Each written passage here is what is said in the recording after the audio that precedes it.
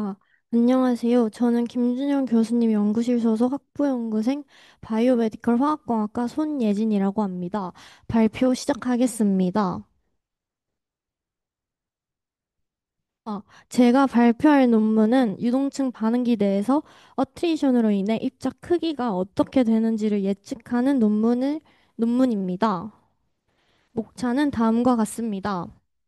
먼저 유동층 반응기 내에서는 입자들이 반복적인 반응과 유동에 의해서 입자가 시간이 지나면서 손상되는 현상을 어트리션이라고 합니다.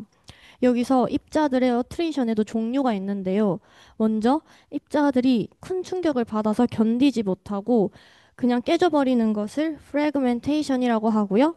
그리고 충격이 그렇게 크지 않더라도 입자들의 표면이 조금씩 닳아서 없어지는 현상을 어브레이전이라고 합니다. 이렇게 손상돼서 생기는 미세한 가루들을 파인이라고 하는데 얘네들은 매우 작고 가벼워서 반응기 밖으로 그냥 날아가 버리거나 아니면 다른 장치나 배관에 쌓이거나 아니면 그 장비 내부를 손상시킬 수도 있기 때문에 큰 문제가 됩니다. 이런 어트리션을 예측하는 다른 이전 연구에서는 어트리션이 일어나는 이제 이유가 다양한데 이거를 명확하게 구분하지 못하거나 주로 밑에 있는 어브레이전에만 집중하는 경향이 있어서 어트리션을 정확하게 예측하는 것이 어려웠습니다. 따라서 본 논문에서는 유동층 시스템에서 어트리션에 대한 이해를 높이고 다양한 운전 조건에서 입자 크기를 예측하기 위해 젯 어트리션 모델을 개발하였습니다. 이 그림은 전체적인 젯 어트리션 모델의 알고리즘을 보여줍니다. 본 논문에서는 가스가 고속으로 분사되는 노즐 부근인 Z 영역을 선택하였는데 이는 Z 영역이 입자 손상이 가장 심하게 일어나는 곳 중 하나이기 때문입니다. 먼저 이 부분은 화학 반응을 다루는 부분인데 입자의 어트리션이 일어나기 전에 입자가 화학 반응을 겪으면 그 성질이 변하는데 이 변화를 실시간으로 이제 모델을 반영하는 것입니다. 어, 그리고 이 테이블 2가 어떤 화학 반응을 다루는지 그리고 그 반응의 속도로는 어떻게 되는지를 보여줍니다. 반응이 일어나면 입자들의 성질이 변하는데 논문은 Conversion Weighted Average라는 속성이라는 개념을 사용하여 변화를 모델에 반영합니다. 이는 화학 반응으로 성분이 변하는 입자의 전체적인 특성을 비율에 맞춰 계산하는 것입니다. 그리고 테이블 3은 그 반응으로 인해 바뀐 입자의 역률을 어떻게 계산하는지를 알려줍니다. 즉, JAM 모델은 단순히 어트리션 현상만 고려하는 것이 아니라 외부 요인이 입자 자체의 특성을 변화시키고 이 변화한 특성이 또다시 어트리션에 영향을 미치는 과정도 고려하였음을 저희가 알 수 있습니다. 그리고 그리고 JAM 모델의 핵심은 입자가 충격을 받았을 때 그 결과로 프래그멘테이션이 일어나는지 아니면 어브레이전이 될 것인지를 판단하는 기준을 제시하였는데요. 여기 보시면 두 가지 에너지를 비교하는 것을 알 수가 있습니다. 먼저 입자가 충돌하면서 잃게 되는 운동 에너지를 E 로스라고 하고요. 입자 자체가 깨지는데 필요한 최소한 에너지를 EB라고 합니다. 여기 보시면 이 로스가 이 B보다 크면 프래그멘테이션이 일어난다고 판단하고 이 로스가 이 B보다 작거나 같으면 어브레이전이 된다고 판단합니다. 먼저 이 로스를 구하기 위해서는 입자들이 얼마나 세게 부딪히는지, 즉 입자 충돌 속도를 알아야 되는데요. 이를 구하기 위해서는 CFD를 활용해서 저희가 구해보았습니다. 먼저 왼쪽 그래프에서는 입자 속도의 변화를 보여주는데 여기서 바닥 근처에서 입자 속도가 아, 어트리션이 바닥에서부터 위로 올라가면서 입자의 속도가 어떻게 변하는지를 알려주는데요. 여기 보시면 바닥 근처에서 입자 속도가 갑자기 최고점에 도달하는 것을 볼 수 있습니다. 이 지점이 바로 에어제트웨이의 입자가 가장 큰 가속을 받는 지점이며 이 지점의 속도를 Particle Impact Velocity라고 합니다. 그리고 이 지점에서 어트리션이 이제 가장 강한 충돌과 마찰에 의해 발생하는 것입니다. 그리고 오른쪽 그래프는 이제 입자 속도가 어떻게 달라지는지 저희가 그래프를 통해 확인해 봤는데 이제 점으로 표시된 것이 실제 데이터이고 곡선이 수학적 수식을 통해서 나온 함수값인데 어, 여기서 얼 제곱이 0.906으로 모델이 잘 일치함을 알 수 있습니다. 그리고 이 네 가지 수식을 통해서 이제 앞에 보이는 함수값을 구한 것을 알 수 있습니다. 반면 이 B는 저희가 실험을 통해 직접 측정해야 합니다. 아주 정밀한 장비로 입자 하나하나를 아주 살살 눌러보는 압축 테스트를 통하여 정확히 어느 정도의 에너지를 가했을 때 입자가 깨지는지를 측정합니다. 그 결과를 정리한 것이 이 테이블로 여기 보시면 각 물질별로 그리고 각 물질의 크기별로 평균적인 EB 값이 나와 있습니다. 이제 여기 보시면 철이 이 라임 입자보다 EB가 더 큰 것을 보아서 이제 철이 좀 더 충격에 강하다는 것을 알 수가 있습니다. 이렇게 이 로스와 이 B를 구한 다음 얘네 둘을 비교를 해서 입자가 프래그멘테이션이 되는지 아니면 어브레이전이 되는지 알 수 있는 것입니다. 그 다음에는 이제 실험을 진행하였는데요. 먼저 이 피규어는 제트 어트리션의 그 장치의 계략도입니다. 이 어트리션의 현상을 연구하기 위한 장치로 앞서 설명드린 가스가 고속으로 분사되는 제트 영역에서 입자 어트리션을 유도하는 장치입니다. 먼저 디스트리뷰터는 여기 밑에 있는 원형판으로 이 원형판에 있는 구멍을 통해 공기가 고속으로 분사되어 입자가 유동을 하게 되고 충돌을 유발합니다. 그리고 이 어트리션 튜브에서 이제 어트리션이 일어나고요. 그리고 이 세틀링 챔버에서 이제 어트리션 된 미세 입자를 제외한 나머지 입자들이 다시 내려가게 해서 다시 어트리션을 일어나게 하고 합니다. 그리고 이 파인스 컬렉터를 통해서 미세 입자를 걸러내고 이 미세 입자에 대한 데이터를 수집합니다. 그리고 제가 앞서 말씀드린 이제 이 로스와 이 비를 통해서 이제 이 로스가 이 비보다 클 때, 즉 프래그멘테이션이 일어날 때는 이 표에 나온 이 데이터를 이용합니다.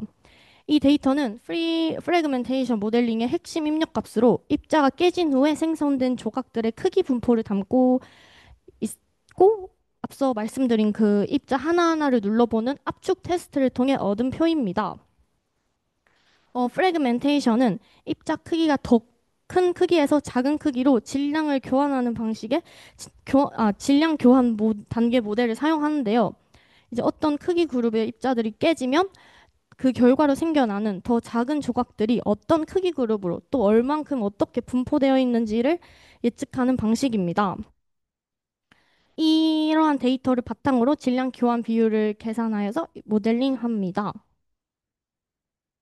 그리고 어브레이전의 경우에는 기존에 잘 알려진 아카드 방정식을 유동층 환경에 맞게 좀 수정해서 사용하는데 여기 위에 보이는 수식이 바로 그 수정된 아카드 방정식으로 마모율을 나타냅니다. 그리고 이 수식이 실험 데이터에 얼마나 잘 들어맞는지를 보여주는 그래프가 바로 밑에 있는 피규어인데요. X축은 입자 에너지, 그리고 강도와 관련된 것을 나타내는 축이고, Y축이 이제 어브레이저 된 입자들의 부피율을 비율로 나타낸 것입니다. 여기 보면 각각 네 가지 입자에 대해서 실험 데이터를 점으로 표시하고 이 점들을 하나로 있는 회기선을 저희가 그렸는데 철을 제외한 나머지 세 입자에서 나머지 입자들이 얼 제곱값이 0.9 근처로 매우 높은 상관관계를 보였으며 이 모델이 이제 어브레이전 현상을 잘 설명함을 저희가 알 수 있습니다.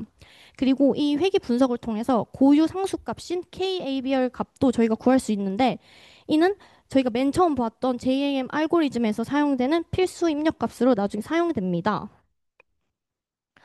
그리고 저희가 모델의 정확 예측도를 높이기 위해서 핵심 변수인 피로계수와 충돌계수 이 두 가지도 최적화하는 과정을 진행하였는데요. 여기서 피로계수란 반복적인 충돌로 인해 입자의 강도가 얼마나 약해지는지를 나타내는 계수입니다. 이 값이 클수록 더 쉽게 파괴된다는 것을 의미하고 이는 입자의 고유한 특성을 반영합니다.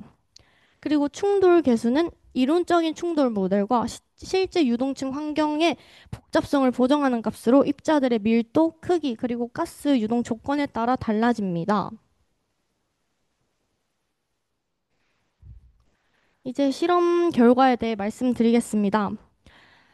먼저 이 테이블은 JAM 모델 예측 결과와 실제 실험 데이터를 비교하여 모델의 정확성을 보여줍니다.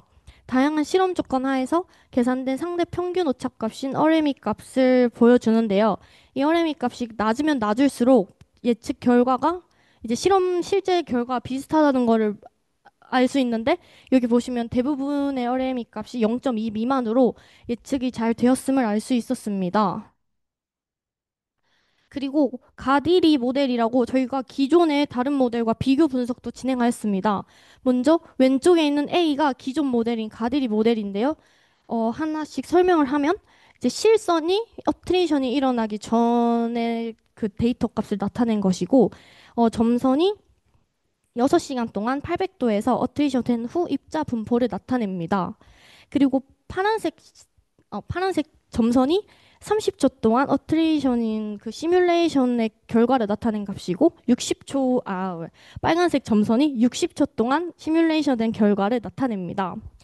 여기 보시면 가디리 모델이 과대평가한 걸 저희가 알 수가 있는데 어, 실제 실험 결과인 점선을 보시면 6시간이 지나도 어느 정도 큰 크기 그룹에 이제 입자가 분포되어 있는 것을 알 수 있는데 이 가디리 모델은 불과 30초에서 60초 만에 모든 입자가 작은 입자로 어트레이션이 될 것이라고 예측한 것을 알 수가 있었습니다.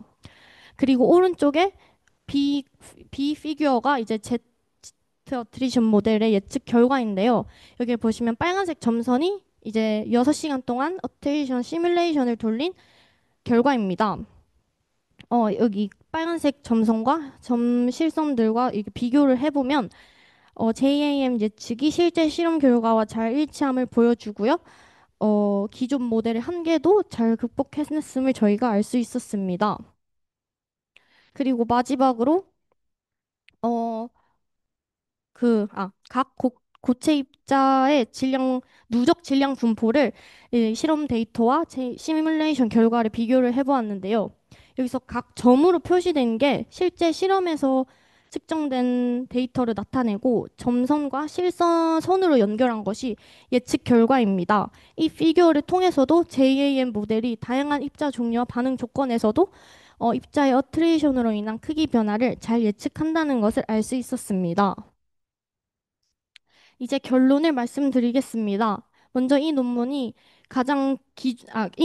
기존 연구들과 가장 차별되는 점은 이제 어트리션이 프래그멘테이션과 어브레이전 이 두 가지 모두로 구분했다는 점이고 얘네들을 구분하는 것에 그치지 않고 이제 E 로스와 E B로 비교하여 어떤 어트레이션이 발생하는지 기준을 제시했습니다. 그리고 입자의 어트레이션이 재료 자체의 특성에 따라서 다 달라진다는 점도 모델에 적용하였고요.